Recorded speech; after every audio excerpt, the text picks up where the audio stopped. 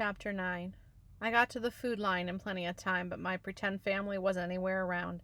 I had to eat by myself, without the brown sugar. After I was through, I went back to the library and sat under my tree to wait for it to open. I couldn't stop thinking about Daisy Malone and her dimple. How could her father find them now? Finally, I saw people going into the library. The same librarian was there again. I said, "Good morning, ma'am." "Good morning, young man. Could I please borrow a pencil and a piece of paper and see that book about how far one city is from another again, ma'am?" She said, "Of course you may. You know, after I went home last night, I finally recognized you. Didn't you and your mother used to come in here a long time ago?" "Yes, ma'am." She said, "And if I remember correctly, you and your mother had quite different tastes in books. I remember your mother used to like mysteries and fairy tales. Isn't that so?" Man, I can't believe she remembered that. "And you're the little fellow who used to come in here all the time and ask Miss Hill for books about the Civil War, aren't you?" "Yes, ma'am." She said, "I thought so." She handed me the pencil and paper and the city's book, then said, "And you were done with the book, bring it back and I have something special for you." She had a huge smile on her face. I said, "Thank you, ma'am." But I didn't get too excited because I know the kind of things librarians think are special. I went over to a table and found Flint and Grand Rapids in the lines of the book. I looked where the two lines met and it said 120. Wow! That was going to be a good little walk. Next I wrote down 120, then divided it by 5, then came up to 24.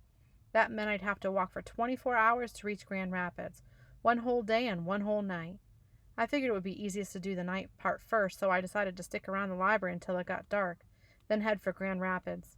I wrote down all the names of all the cities that I'd have to pass through to get there.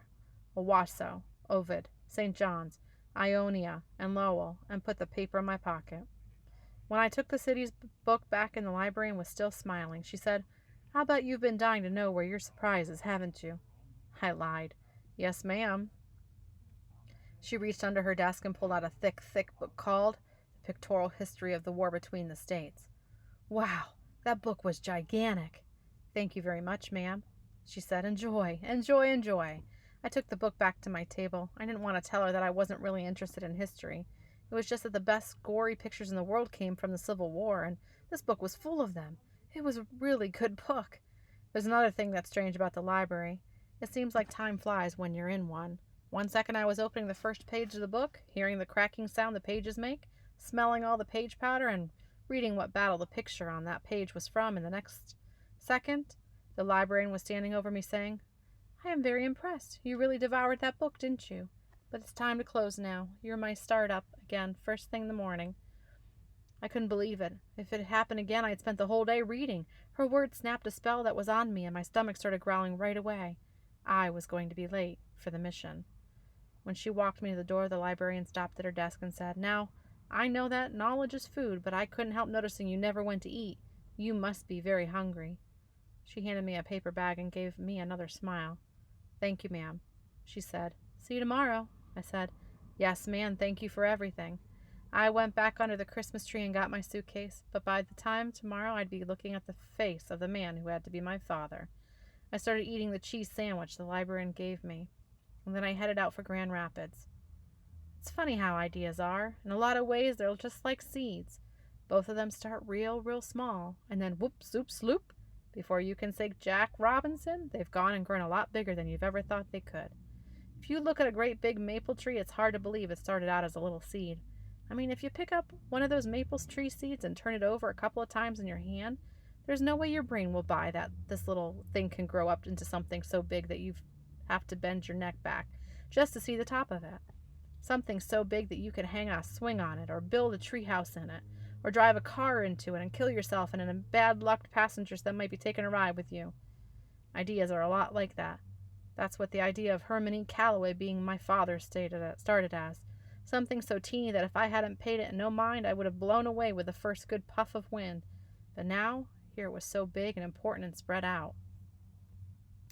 The idea first got started when I was looking in my suitcase at one of the flyers showing Herman E. Calloway and his band. That was like the seed falling out of a tree and getting planted. It started busting its head out of the dirt when me and the other boys at the home were getting our nightly teasing from the biggest bully there, Billy Burns. He'd said, "I don't even belong in this place.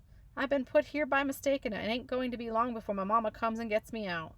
Bugs said, "Billy, How come it's taken your mama so long to find out where you at? She must have a real bad memory. Seems like since she was the one who dropped you off here, she'd have remembered where she left you," Billy said. "Well, well, well, will you take a look at who piped up? Mr. Bugs. You know, I've seen a lot of people who have roach-infected houses, but you're the first I've seen who's got a roach-infected head. I wouldn't expect a little ignorant roach head like you to know nothing about folks coming back here to get you out. You don't even have no idea who your mom and daddy is. Any fool you see walking down the street could see them." He looked at the rest of us and said, "7 little boys in this room, and not a one of y'all knows who your folks is. This is a sure enough sad collection of souls here." I said, "That's not true. I know who my mama is. I lived with her for 6 years." Another boy said, "Me too. I lived with my mama for a long time." Billy Burns said to me, "Is that right? And what about your old man? How many years you lived with him? I got a nickel here, and you know what it says?" Billy'd stole a nickel from somewhere and held it up so the buffalo on it was looking out at us. He pretended the buffalo was talking. It had a deep voice like you'd figure a buffalo would. It said, "Billy, my man, go ahead and bet this little no-mama fool that he don't know who his daddy is. Then I'd have another nickel to bang around in your pocket with." Even before I had a chance to think, I said, "You owe me a nickel. My daddy plays a giant fiddle and his name is Herman E. Calloway." And with those words that I didn't even mean to say, that little seed of an idea started growing. The idea got bigger and stronger when I'd sit up at night and wonder why Mama kept those flyers. It dug its roots in deep and started spreading out when I got old enough to understand that Mama must have known she wasn't going to be around too long and was trying to leave me a message about who my daddy was and why she couldn't ever talk about him. I knew Mama must be too embarrassed about why he wasn't with us and was trying to break it to me gentle. The only trouble was she waited too long. I mean, what other reason could there be for Mama to keep all those things I have in my suitcase and treat them like they were treasures? And why did I know way down in my guts that they were real important, so important that I didn't feel comfortable unless I knew where they were all the time? That little idea had gone and sneaked itself into being a mighty maple tall enough that it looked up at the top of it, I'd get a crick in my neck, big enough for me to hang a climbing rope in, strong enough that I'd make up my mind to walk clean across the state of Michigan. I opened my suitcase and pulled the flyers out before it got dark. I put the blue one with the writing about Flint on it in the bottom and looked at the others. 2 of them had the same picture of Herman E. Calloway, and the 2 guys were the first was called Herman E. Calloway and the Terminally Unhappy Blues Band. They were called Masters of the Delta Blues, and the other one was called Herman E. Calloway and the Gifted Gents of Gospel, featuring Miss Grace, Blessed Thomas's vocals. They were the servants of the Master's salvation. The 2 other flyers just had little drawings. The first one was a drawing of an accordion and told about a band named H.E. Kalowski and the wonderful Warblers in Warsaw, who were the masters of the polka. The second one was a picture of some mountains, and it told about a band named H.E. Bonget and the boisterous big band of Berlin, who were the masters of all we behold. I put the flyers back in the suitcase and stood up. Just like Bugs, I was going west.